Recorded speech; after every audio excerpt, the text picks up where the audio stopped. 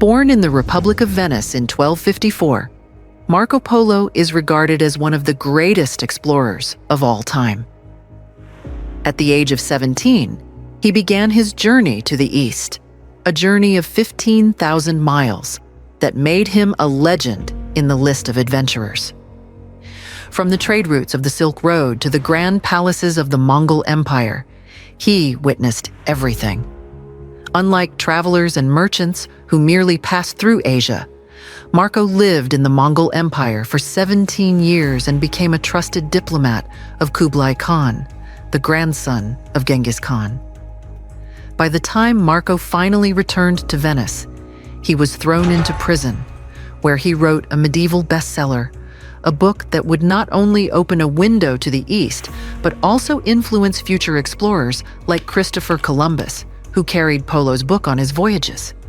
Without Polo's accounts, the Renaissance's vision of the East might never have existed, and Columbus may never have dreamed of sailing to Cathay. This is the story of the man who bridged the East and West. This is the story of Marco Polo.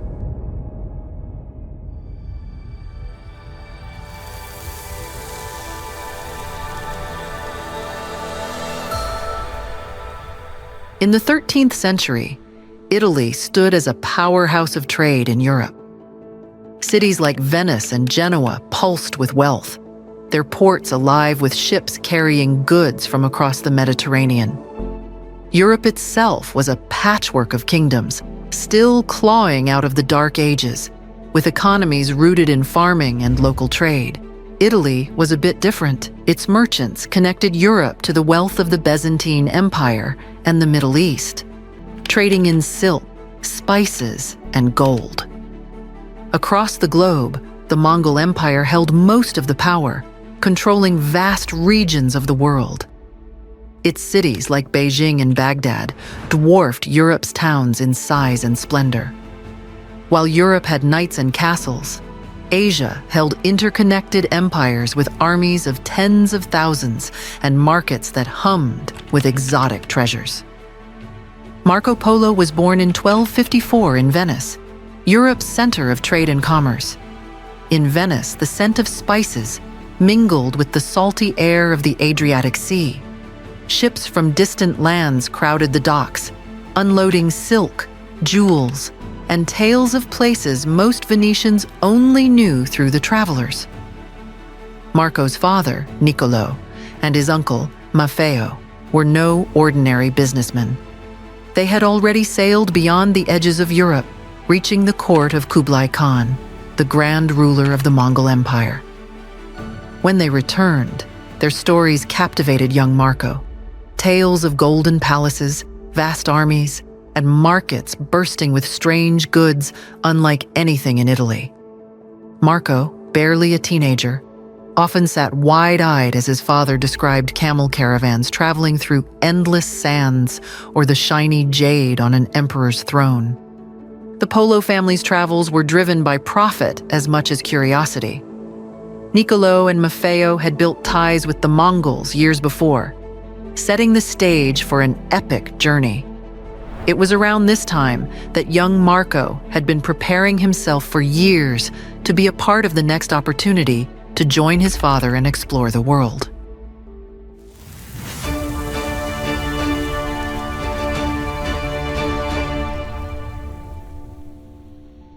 In 1271, 17-year-old Marco Polo left Venice with his father and uncle, tasked by the ruler of Mongolia. Their mission was to deliver holy oil from Jerusalem and Christian missionaries to Kublai Khan.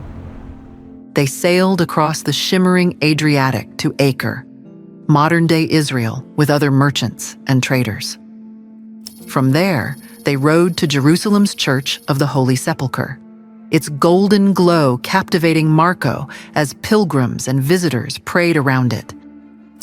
They reached Turkey, where fish markets flourished, shipyards thrived, and the salty Mediterranean air filled the bustling bazaars, a wild contrast to Venice. In Persia, they reached Tabriz, a trading hub bursting with piles of saffron, shimmering silks, and pearls as big as grapes. Marco described merchants, rich beyond measure, haggling in a dozen tongues. But the Persian desert tested them, scorching days, freezing nights, and mirages of water that vanished before their eyes. Marco called it a land of death.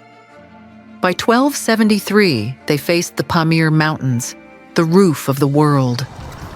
Icy winds sliced their skin like knives while being surrounded by peaks that touched the heavens.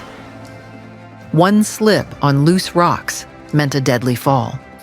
After many months of tough situations, they descended to Kashgar, a Silk Road oasis where caravans unloaded spices, jade, and carpets under shady trees, dazzling Marco with its vibrancy.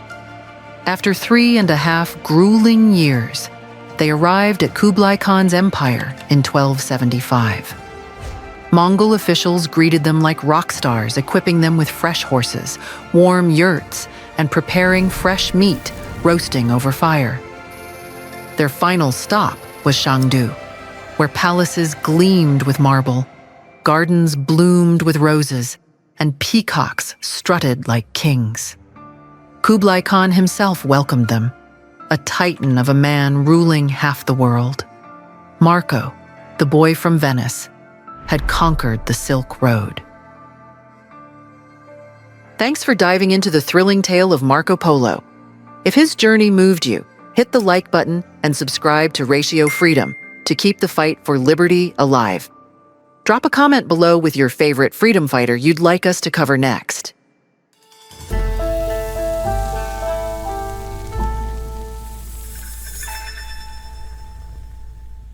In 1275, 21-year-old Marco Polo stepped into Kublai Khan's giant palace.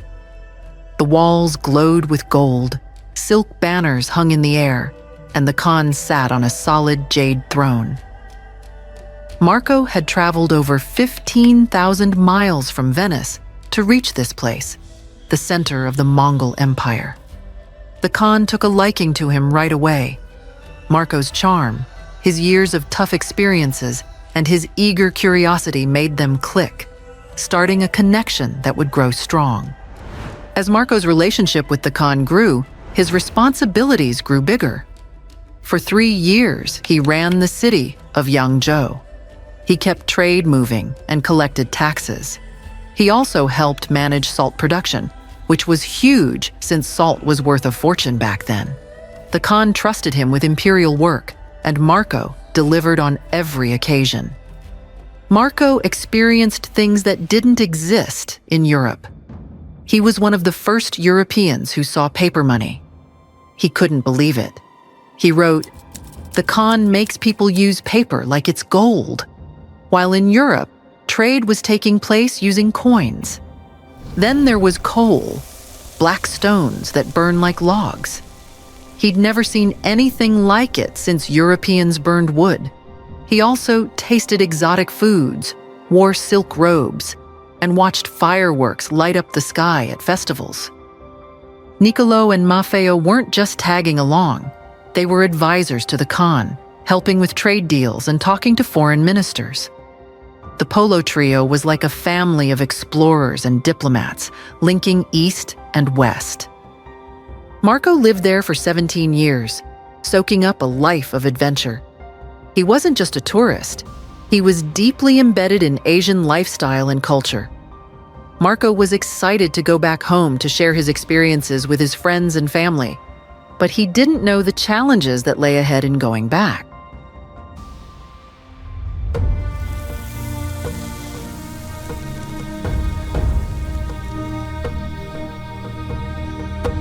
After nearly 2 decades in China, the Polos requested the Khan to return home. It took a lot for the Khan to accept, but he finally gave in, along with a final request. They were tasked with taking Princess Kokachin to Persia for her wedding on the way. In 1292, they escorted the princess with a fleet of 14 ships, saying goodbye to the shores of China.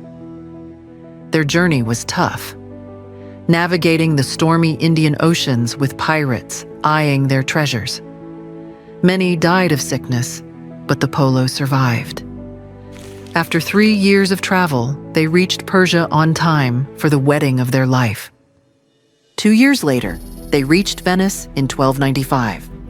They looked totally different, tanned, tired, and wearing strange clothes from their travels.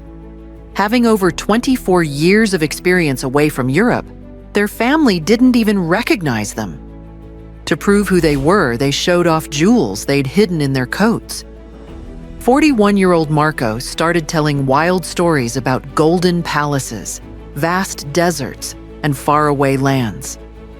People were shocked, but many didn't believe him. Some even nicknamed him Marco Millions because his tales sounded so over the top. It was during this time that a war broke out between Venice and Genoa. The conflict was about control over trade routes and maritime power in the Mediterranean. In 1298, in a battle led by the Venetians, Marco got captured in Genoa. At 44 years of age, he was thrown into prison. In prison, Marco was still talking about his time away. He became a master storyteller. Within the year that he was there, he met a writer named Rustichello of Pisa. Rustichello loved Marco's adventure stories and suggested they write them down together. Marco shared tales of crossing deserts on camels, visiting the great Khan's court, and seeing strange animals. Rustichello wrote it all down, turning it into a book called The Travels of Marco Polo, a book that changed the course of history and exploration forever.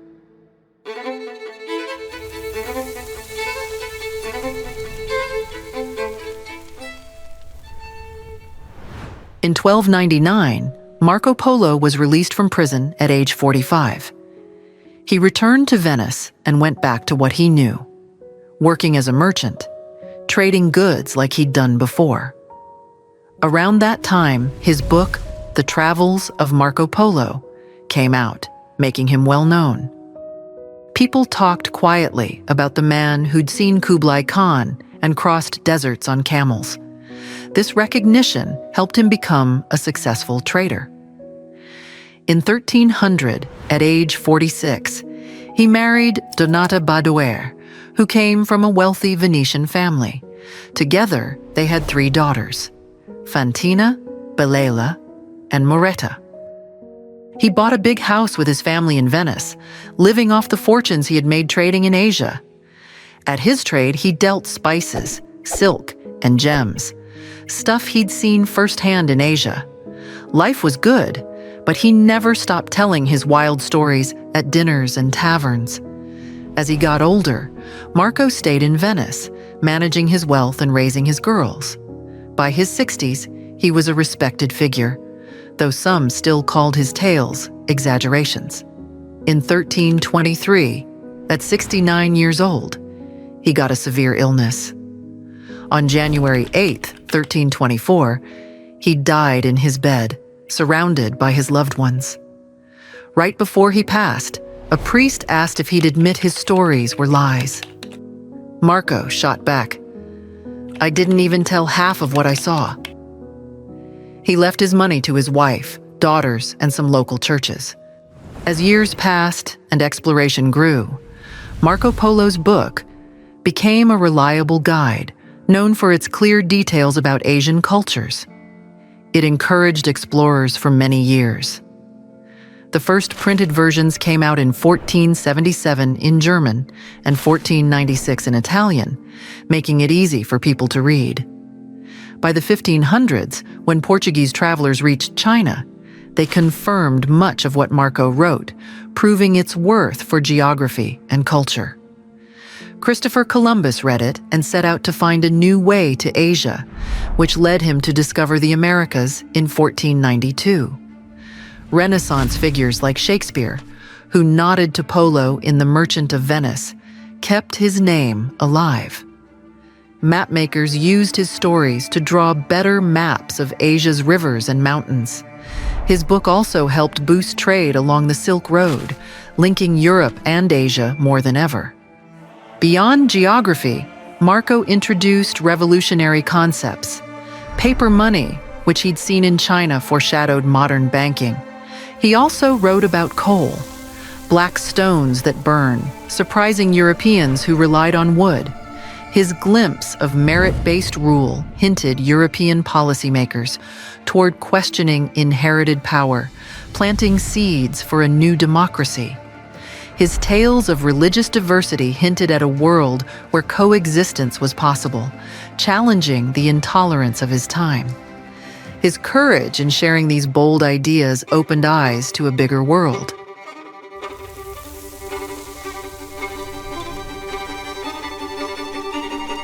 Marco Polo didn't just live. He fought for a freedom that ran deep in his bones. Born in 1254, he had a rare gift. His dad and uncle were travelers who'd unlocked the Mongol Empire's secrets. While Venice trapped most folks in a shallow, predictable life, 17-year-old Marco chose a wilder path, joining them on a 15,000-mile quest to Asia.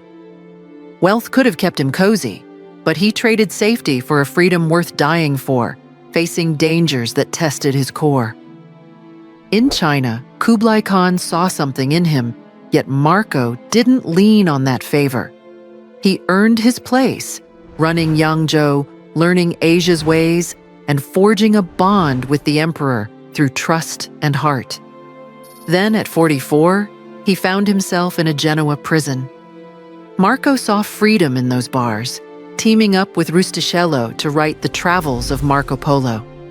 For him, it wasn't just a book. It was his mission to share his adventures, spark curiosity, and push everyone to explore the world. He lived free until 69, leaving us a legacy of breaking loose and chasing what's out there. Thank you for sticking with us through Marco Polo's incredible story. Please like and subscribe to my channel, Ratio Freedom. I'd love to have you back. For more tales of freedom fighters, check out my video on Buckminster Fuller's life next, on how his wild ideas turned nothing into abundance.